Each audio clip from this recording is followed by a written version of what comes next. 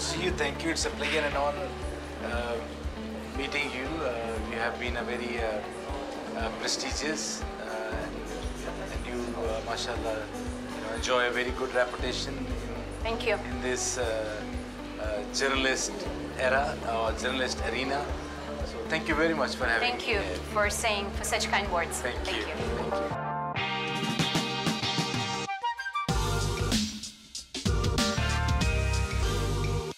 Welcome to the Astana Times YouTube channel. I'm with Abid Malik, Aqua Power's Regional Director for Central Asia, to talk about major investment projects here in Kazakhstan and also Central Asian region. Thank you again for joining us. First of all, I want to ask you the question about the attractiveness of Kazakhstan and its renewable energy landscape. What became an attraction for Aqua Power to come here, to join Kazakhstan in its endeavor to become renewable and green? Aida, once again, thank you for having me here. Kazakhstan has an abundance renewable resources. And when I say renewable resource, it's both wind and solar. If we, based on one of the studies carried out by Asia Wind Energy Association, they have, stated that the potential of wind is so much in Kazakhstan, spread all over the country, that it has the ability to generate a 760 gigawatt of wind power project. In addition to the wind project or wind resources, Kazakhstan is also very well blessed with solar power generation. You have a very good sunlight hours during the day, average during the year, that there is a very abundant capacity for Kazakhstan to actually implement the energy transition program and the policies laid out by the government in Kazakhstan. I think there is land available. There is a desire to implement all these renewable energy program. You're blessed with both wind and sun. So perfect recipe for Kazakhstan to enter into renewable energy transition program. At the same time, there are many countries who have that ability or have that resources, but the right tools are not there in the country itself that can attract investors. And it's not only about us. As I said earlier, it's not just about investors. You need a lot of other interfaces that should also be very keen in supporting that energy transition program to make it successful. For example, you have an investor, but you don't have a lenders. You can't implement that. You have an investor, you have a lender, but you do not have the government. You cannot implement that. The good thing here is there is a desire, there is the resources, there are investors like us and few others, and there is interest of IFIs and DFIs to come and support these implementation program in Kazakhstan. So I think it's all about now people, it's all about investors, lenders, the government, the off-taker, the infrastructure, the transmission line operators like KGOC. All of them have to now come together and put everything on the table to successfully implement this program. You said earlier, we are the Kazakh Green Fest, and at the plenary session you mentioned that it's very important that the government gets involved. And I think you've also noted that the government is very involved and willing to meet investors halfway. My question would be, how would you assess investment climate and any interaction with business community, with government officials while you're cooperating with Kazakhstan? I think they're very willing. The attitude is very positive. The attitude is very welcoming. Kazakhstan is for sure transforming into an investment-friendly country. And that's the sole reason. It's not only ACWA Power who are willing to come and invest in Kazakhstan. It's not only just one financial institute who's willing. There are multiple investors and developers like us who are willing to come and invest in the country. And there is a series of DFIs and IFIs who are willing to come and invest in the country. And that itself is a demonstration of how the government is becoming investment friendly, how the business community is getting investment friendly. At the same time, this is attracting not only the investors, the lenders, and it also is attracting a lot of international EPC contractors, international investors to come and look into different other sectors. Because if you look at it, if you put the right tools, if the government and the business community and the ministry do understand the needs of the investor and the lender, there will be definitely an interest. So it's not just because investors and lenders are coming. A lot of credit goes to the leadership, His Excellency, Mr. President of the country, and all the ministries who are actually supporting and providing all the tools in place and making quick decisions. And that's how, I would say that, the government and rest of the organs of the government are supporting this investment. Mm-hmm. When we talk about renewables, many experts raise the question of cost efficiency. And with your expertise, while implementing very major, one of the, pillar projects for ACWA Power for Kazakhstan, how are you going to address the issue of cost efficiency for Kazakhstan? Because again, the potential is huge, but there are also other things that needs to be addressed. ACWA Power, one of the uniqueness of ACWA Power is we are very cost competitive. I'll just give you a few examples. We have recently completed 1.5 gigawatt of PV project, and the tariff was basically 1.2 cents per kilowatt hour in Saudi Arabia. We have recently won a large desalinated water project in UAE called Hasyan IWP, and that has become the lowest tariff for water. There are multiple examples where we strive to create and attract a very competitive pricing, very competitive pricing. And that's the sole reason of our success.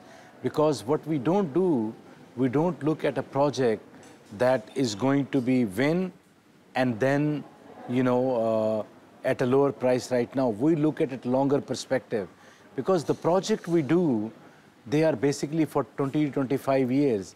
And some of our projects have a PPA or a water purchase agreement or a power purchase agreement for even 30 years. So the tariff we provide today has to be affordable for next 30 years, keeping in mind that the research and development will continue to progress. And also there is a decarbonization tax, in Correct. Europe and other Correct. parts of the world. Correct. I will come to that point, and I think this is one important point where Kazakhstan has to really focus a lot on that, because of these the premiums on decarbonization or the green products, the value-added products, which are to be exported to Europe and elsewhere. This is where Kazakhstan has to play a very, very important role. I understand there are other forms of energy from fossil fuel is still required, but keeping in perspective that Kazakhstan GDP and Kazakhstan exports are very high in petrochemical products or other products. They have to really, really focus on green part of this all value-added product that has to be or that will be exported to other countries. So, and one of these is green energy, and second is green hydrogen. Green hydrogen appears to be a new product in the town, but Aqua Power has basically been a pioneer. There are one of the few projects which are being implemented on green hydrogen is being done by Aqua Power in Neom in Saudi Arabia, where we have a long-term hydrogen export contract with a company called Air Products, and here Kazakhstan has not yet started it. So in order to ensure that there is an English saying, the early bird catch the worms. So they have to really start it and start focusing on producing green hydrogen now, because again there are 3 or 4 important products you have. You have the land, you have the sun, you have the wind. Again, a perfect place to start producing green hydrogen to prepare for future exports, because the climate change is there. We have heard in the forum during this, various speakers, they were talking about how climate change has been impacting and how that will continue to impact. So in short, Kazakhstan, we will remain competitive. We have always been competitive, and we are ready, we are willing to work with different countries, both in Central Asia and outside, so that they can become the early players in the green hydrogen to support their exports. Can we talk about the significance of the agreement between Kazakhstan and Saudi Arabia to construct a wind power plant near the Zhangar Gate in Kazakhstan, and its potential impact on the region's renewable energy development? Actually, these programs aim to implement the project in Kazakhstan in the field of renewable energy, innovation, combating global warming, and promoting projects that contribute to achieving the goals, priorities, and commitments of both countries in the area of energy security and transition.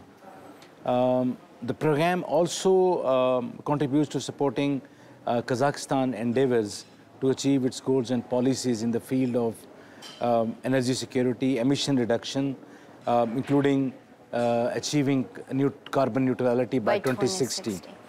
The project also has a significant impact to the regional industrial development and economic growth, developing infrastructure and stimulating, business activity, economic growth, developing infrastructure, and one of the important goal is to achieve access to affordable and clean energy. This project is basically, we signed an intergovernment agreement in March. We are expecting the power purchase agreement will be signed in next couple of months, inshallah. And we have started various studies at the project site itself.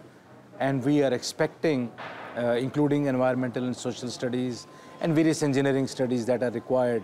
I'm sure you know the wind speed is very high in that specific site. So we have to do a lot of studies to prepare ourselves for the engineering and design of the project. What we are targeting right now, that the project will commence its construction in the second half of 2025 and expecting to start generating power in second half of 2028. Generally, the project of this size requires 36 months for construction. Does it answer your question? Yes. Kazakhstan is not, an isolated country, very much in close connection with its Central Asian partners, and they also face similar challenges. And I know that Aqua Power is very active in Uzbekistan. Can you share with us your progress in, working with Uzbekistan so far? I'm very glad to share with you that we have recently signed our current portfolio of power project, committed power project in Uzbekistan. Some of that is in the advanced stage of construction. Some of the projects are in advanced development. and we will continue to commence construction. We are expecting by 2030, we will have a portfolio of close to 12,000 megawatt in Uzbekistan, which represent a total investment value of close to $14 billion in Uzbekistan. And one of the there are two reasons, and we have managed to achieve that success in Uzbekistan. Number one, cost competitiveness and our credibility. And when I say credibility, when we commit something that we will deliver, then we do deliver. We leave no stone unturned to make sure that when we commit that this project will come online at this month, in this year, we deliver it. I give you one example. Our first investment in Uzbekistan was in our first PPA that we signed in Uzbekistan was in late 2019 for our first project. And at that project, at that time in 2019, we had just one project, which is a 1,500 megawatt of a combined cycle gas plant. And 2020 to 2024, from 1,500, we have reached to 12,000 megawatt. And purely two things. Number one, cost competitiveness. Second, we do what we commit.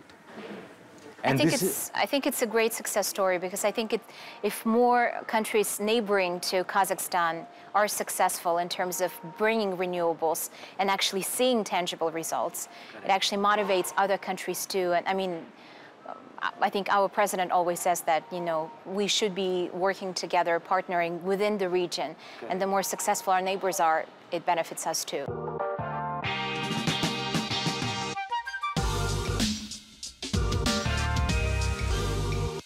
During the plenary session, you actually talked about young people. I think that was one of the major points you made. Why they're important? At the end of the day, one important thing Aqua Power we do in whichever geography or jurisdiction we go and invest, we want to make sure that, you know, the people we employ, the people we bring them on board, we carry them. It's not just an investment. It's our duty towards the society to ensure that we prepare the young generation to take the lead, not only in our companies here where we invest, but to learn and move forward, gain the knowledge, gain experience, and become the future leaders. Not only in an industry, not only in power sector, but across the industry. We are supporting an academy, not only in Saudi Arabia, but also in Uzbekistan. There are more details which we can provide you. ACWA is an academy in Saudi Arabia, and Shirin College is an academy in Uzbekistan. And I'm so happy to tell you that few weeks back, 3-4 weeks back, the 4 young girls who graduated from that Shirin College, we have actually hired them. They graduated with a flying color, and I personally spoke with them, and they were so happy. They were literally over the moon, because it's completely different for them. And they are from a town, a very small town called Sirdaria Shirin in Uzbekistan. They were born and raised there. They graduated from there, and now they are working in Tashkent in one of the best power plant in the world. The support we are providing to these institutes in Uzbekistan is not a charity. We are helping ourselves. And by doing that, we are helping other developers and investors in the country in wind, in solar, in hydrogen, in CCGTs, because there are more than 150 children who will graduate every year. We cannot absorb all 150, but we are supporting them so we can absorb some of them, and they will be available to other investors and industry, not only in power. There are some technical courses and even other language courses. We are supporting them through our teaching staff to make sure that we support the youth to rise above, to learn those skills and support us, of course, because they will be working for us as well. We need people from Uzbekistan to operate and maintain 12 gigawatt of our power. But by doing so, by helping us, we are helping others as well.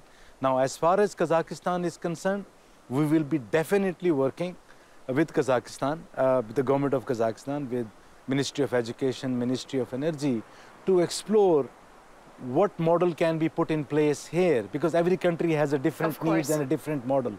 So we will be very much willing, and we will be working together, as I said, with Ministry of Education, Ministry of Energy, to explore what's the best program we can support the government and the youth to support ourselves intentionally. Yes. As I said, it's not a charity. We do this to support ourselves, to meet our mission that wherever we go, we hire local people. We don't flood them with expatriates and operate and maintain, by expatriates. No, this is our duty towards the youth. And I think Kazakhstan is a country that actually, I think, will be willing to do that too, from its own initiative, because Kazakhstan has been investing into young people, into education for many years. Very bright and amazing youth. It's a priority for Kazakhstan. And they're very intelligent. There is fire in the belly to do bigger things, to do better things, to bring this country to a different level. Thank you very much for this interview. Thank you. It's a pleasure. Thank you. Thank you, Ada, for having me here. Thank you.